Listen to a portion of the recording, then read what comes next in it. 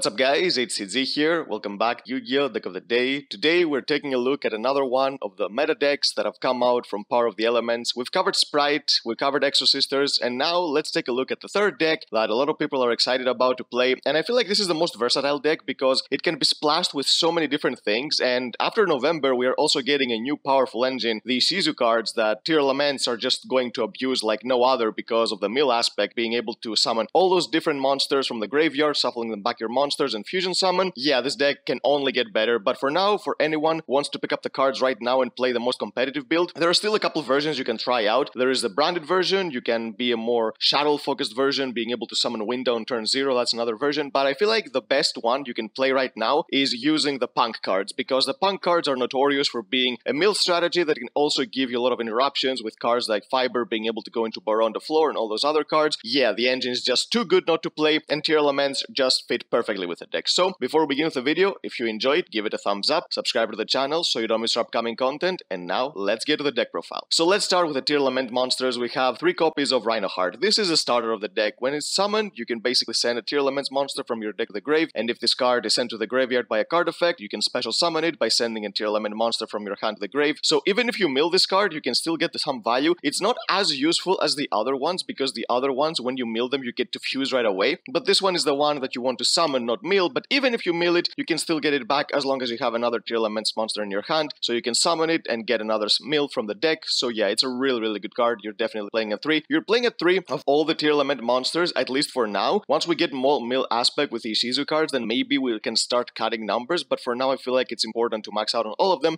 because it doesn't really matter if you draw them because of Foxy-Tune, because we're playing the P.U.N.Ks, you can discard them whenever you want. We play 3 copies of Tearlament Shaylin. This is the one that you can special summon from the hand during your main phase, and then you can send a monster from your hand to the graveyard and then mill the top 3 from your deck. And if this card is sent to the grave by a card effect, you can fusion summon a monster from your extra deck by placing fusion materials from the graveyard to the bottom of the deck. The rest of the Tearlaments monsters all have this graveyard effect, and it's a good thing because Foxy-Tune does not discard for cost, so even if you send them from your hand to the graveyard, they are still going to get their effect, so you can fusion summon on top of getting Foxy-Tune's effect. So these cards have really good synergy with P.U.N.K monsters, and this is basically the extender of the deck that lets you not only get an extra body on the board, but also mill 3 cards on top of it. We have 3 copies of Tearlament Hofenis. This card is the one that basically helps you do plays on turn 0. The problem is that in this particular version of the deck, where we don't play a lot of shadow monsters, it's not the greatest card. We just max it out because it's another card we can mill and get an Aqua monster in the graveyard, basically get our Kit Kalos on the field, get a search. So yeah, this card, when your opponent activates a monster effect on the field, you can special summon it and then mill 3 cards. And the thing is, when you're playing a more shadow-based version of the deck, you can make Winda on your opponent's first turn before you've even gotten a turn with this card. This is how good this card is in other versions of the deck. In this one, it's just another mill fodder you can use. Basically, if you get lucky, you can maybe get a Kit Kalos during your opponent's turn before you even start playing to get a search. But yeah, it's another card. You want to mill, get some fusion summon going. It's a really good card as well, because it does have that graveyard effect, similar to all the Tearlament monsters. And the last monster of the Tearlament package is 3 copies of Tearlament's Meru. This is the card that when it's summoned, you mill the top 3 and also has the same graveyard effect. You always have to include the cards you basically get sent to the graveyard once you fusion summon, but the thing is,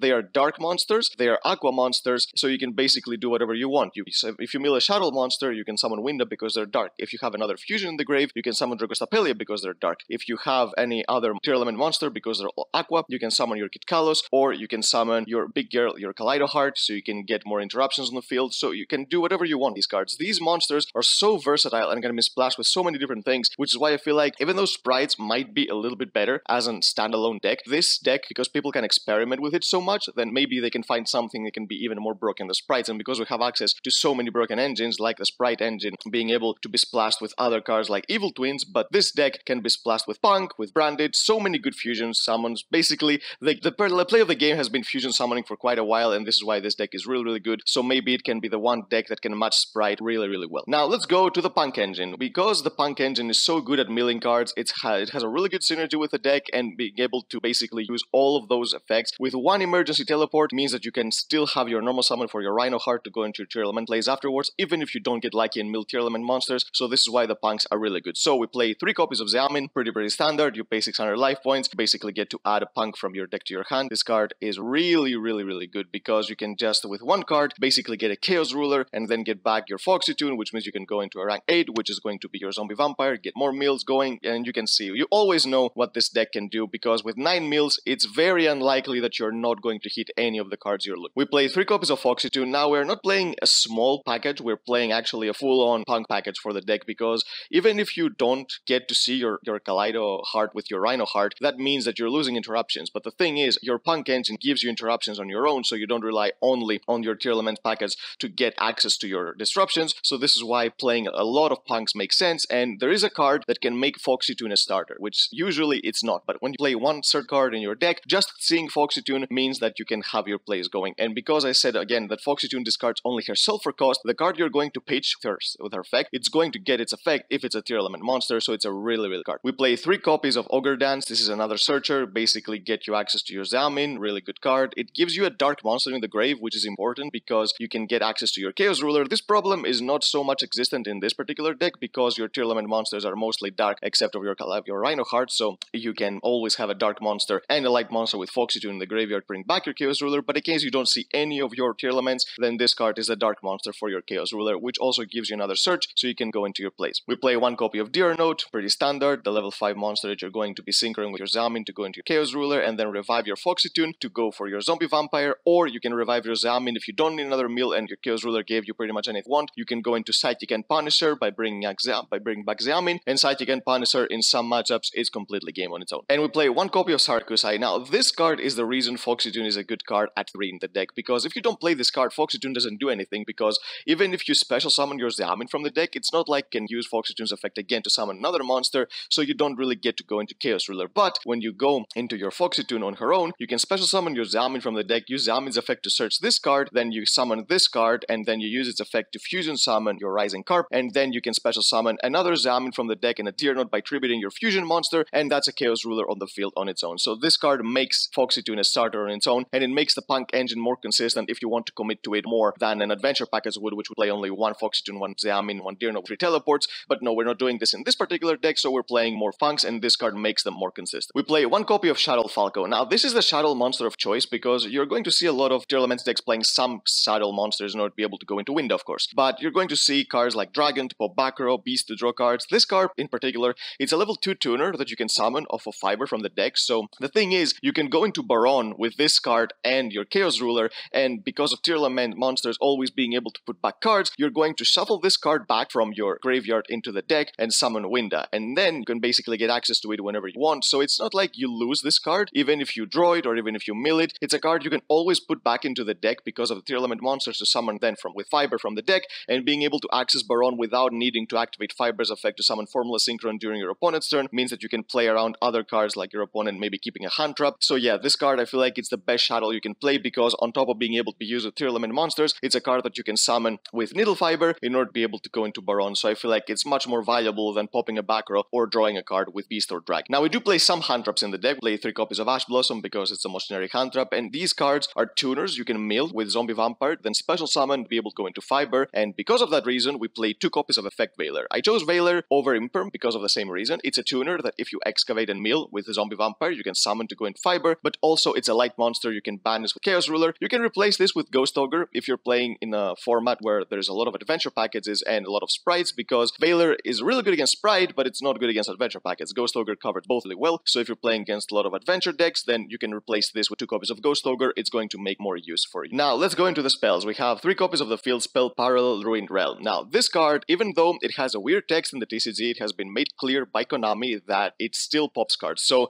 this card is basically a card that searches your Tearlament monsters or Visa Starfrost on your deck to your hand activation. We don't play Starfrost, maybe there will be another deck late in future. It boosts your Tearlament and your fusion monsters by 500 attack, and then if a Tearlament monster, it says that if a Tearlament monster is shuffled into the deck by effect, then you can pop a card on the field. Now, the thing is, the Tearlament monsters do not shuffle back the deck, they return to the bottom of the deck, so there was some confusion when this card was first revealed that it would not be able to pop because Konami messed up. Now, even though this card needs to be errated at some point and maybe get reprinted earlier than intended, we still get to pop cards because basically the same thing that happened with Aluber. Aluber was searching Despia spells and traps, not branded spells and traps, and there was none, so we were not able to search branded fusion, that's what I thought, but then Konami made it clear that you were still able to search branded fusion, they were just forced to reprint Aluber earlier. The same thing is probably going to happen with this card, but even before the reprint, don't be afraid to play this deck just because you think that it's not going to be able to pop cards and it's going to lose to stuff like Mystic Mind. No, the cards here can still pop cards even when you return cards, even though it says shuffle into the deck, so let's get this misunderstanding out of the way, because it's going to confuse a lot of people when you're playing with this deck or when you're playing against this deck. Yes, this card can still pop, but again, it's going to be needed to have an errata sooner or later. We play 1 copy of Terraforming to search the field spell. We play 3 copies of Italy because this card is absolutely ridiculous, being able to summon Xiamen from the deck and being able to do all the combos with Chaos Ruler and Zombie Vampire without even needing to normal summon is amazing. This is another reason Ghost Ogre can be better than Veiler in the deck, because if you have multiple copies of this card, you can basically set it and then summon a Ghost Ogre during your opponent's turn to make another disruption. So feel free to switch Veiler with Ghost Ogre depending on the meta, and if you feel like you see this card more often than you should, and then basically get some more value out of it, because if you see 2 copies, then the second one can be an extender, but if you don't really need it, then playing a Ghost Ogre on your opponent's turn is really good as well. We play 1 copy of Instant Fusion because you can summon Kit Kalos from the extra deck and then basically get a search, so this is another starter for the deck. Similar to Predaplants, the Predaplant monsters rely a lot on the fusion summon, and it's really similar with Tearlaments, so being able to get access to it really fast with Instant Fusion if draw it is really good. We play 1 copy of Foolish Burial because you want to send all your Tearlament monsters in the graveyard, so this card is an extender that can give you another fusion monster on field, so it's really good. And we play 1 copy of Call by the Grave because it's an amazing card. And the only trap we play in the deck is 1 copy of Tearlaments Meta Noise. So this card, if you control a Tearlaments monster, you basically Book of Moon on your opponent's monsters, and then you send a Tearlaments from the deck to the grave, and if this card is sent to the grave by a card effect, you can target a Tearlament monster in your grave and you add it to your hand. We only play this card in the deck because it's basically the same thing as any searchable trap. You don't want to play too many of them or 2 different copies of another card that can do the same thing, because the deck does not rely too much on this card to have disruptions because of the P.U.N.K engine. Being able to go into Baron means that you're going to have more interruptions than the usual Tearlament package, and then even if you're playing the branded version, you're going to have Mirror Jade, so you're going to have more interruptions like that. So this card, it's a searchable one-off that is going to give you some advantage. Even if you mill it, it doesn't matter because it gives you a card back from the graveyard into your hand, so you're going to get some value out of it. So yeah, it's a really good card, but you shouldn't play more than 1 just because you're going to break on a lot of these cards if you don't see combo pieces in your hand. Now, let's go into the extra deck. We have 2 copies of Kit Kalos. Now, this is the easiest monster to summon. It needs a Tearlament monster and an Aqua monster. Some people are playing King of the Swamps to go into Chimera because it's an Aqua monster. Some other people are playing Nessie to be able to draw some cards, and because it's also an Aqua monster. But in this particular version, neither of these cards give you some value. If you're playing branded with a deck, then maybe King of the Swamp is a really good card to be able to go into Chimera, but in this particular deck, you don't really need to do that. So if this card is special summoned, you can target a Tearlaments card in your deck and you either send it to the graveyard or you add it to your hand. Now, the thing about this card is that it can do 2 things. First, it can either give you a starter if you haven't used your normal summon with this effect, because there will be a lot of scenarios that you're going to just use teleport, you're going to summon a Chaos Ruler, you're going to mill, summon this card, and then you can basically search a Rhino Heart. But when you have normal summoned, you can basically send another Tearlaments from the deck to the graveyard to go into a fusion summon. And this card is a fusion monster on its own, so a lot of the times you're going to be putting this card back into the deck from the graveyard to summon Dragostapelia, because it's another easy fusion summon you can summon by using the Tearlament effects. On top of that, this card has another effect that you can target a monster you control, you special summon a Tearlament monster from your hand or graveyard, and then you send the targeted monster to the graveyard, so it gives you some revival as well, because the Tearlament monsters, they use their effects when they're summoned, not normal summon, so you can use the Mill 3 effect or the Foolish Burial effect by bringing back from the graveyard when mill them. And also, if this card is sent to the grave by a card effect, you mill the top 5 cards of your deck, so it can give you another play, and then it's very easy to hit a Tearlaments, then put this card back into the deck along with that monster to summon a Dragostapelia for another easy interruption. So yeah, this card is the one that you're going to be using and looping most of the time because of how easy it is to summon. We play 1 copy of Kaleido Heart. Now, this is the big boss monster of the deck. It's not very easy to summon, but sometimes you can summon it and then get some really good value out of it. So it needs Rhino Heart and 2 Aqua monsters. So sometimes with a mill 9, maybe you can mill enough Tearlaments to be able to go into this card turn 1, but even if you don't, this is more of a grind game situation card, because you can then summon it once your grave is full of Tearlaments and then basically get a big boss monster on the field. So this card, if it's special summon or if an Aqua monster is sent to the grave by a card effect, then you can basically target a card your opponent controls and shuffle it to the deck. And if this card is sent to the grave by a card effect, you can special summon it and then send a Tearlament card from your deck to the grave. So this card is not only disruption, it's really difficult to deal with, basically the same as with Masquerade in Branded Despia, but it also gives you advantage when your opponent deals with it, and then you get it back on the field, and you also get Foolish out Tearlaments. So this card is very resilient. It's a really good disruption card, so the sooner you can get this to the field, the better, which is why we choose to summon Zombie Vampire instead of any other rank 8 monster, because we need as many mills as we get, because the sooner you can get to this card, the more difficult it's going to be for your opponent to play. It's a really good card, and again, even if you run out of this card and your opponent deals with it, you can very easily put it back into your deck, because again, it's a fusion monster, so you can shuffle it back with a Tearlament monster to go into Dragostapelia, so you can potentially summon it again, so you don't need to play more than 1 copy of this card. We play 1 copy of P.U.N.K Rising Carp. This is the fusion monster that you can tribute it to special summon 2 P.U.N.Ks from the deck, and this is why you basically play Sarakusai Rakusai because this card makes Foxy Tune a starter. You can tribute it, summon another Xiamin and the Tear Nut from the deck, and then boom, you have Chaos Ruler without even needing to use Teleport or Xiamin's effect to be able to search your Foxy Tune. And when you start with Foxy Tune, normally you would not be able to do that, but Sarakusa in this card make possible. We play one copy of Dragostapelia. I've mentioned again that it's very easy to summon this card and also gives you some utility because if you play this card, you can then recycle cards like your Kaleido Heart because she's not an Aqua monster, she's a Fiend monster, so you're not able to summon Kalos with this card, but because we play Dragostapelia, it's a fusion monster, you can shuffle it back, summon this, and then you can summon your Kaleido Heart later again. We play one copy of El Shuttle Winda. Because of the Shuttle Falco we play, you can go into your Fiber plays, go into Baron, and then if you're a mill another Tearlament monster, you can shuffle back that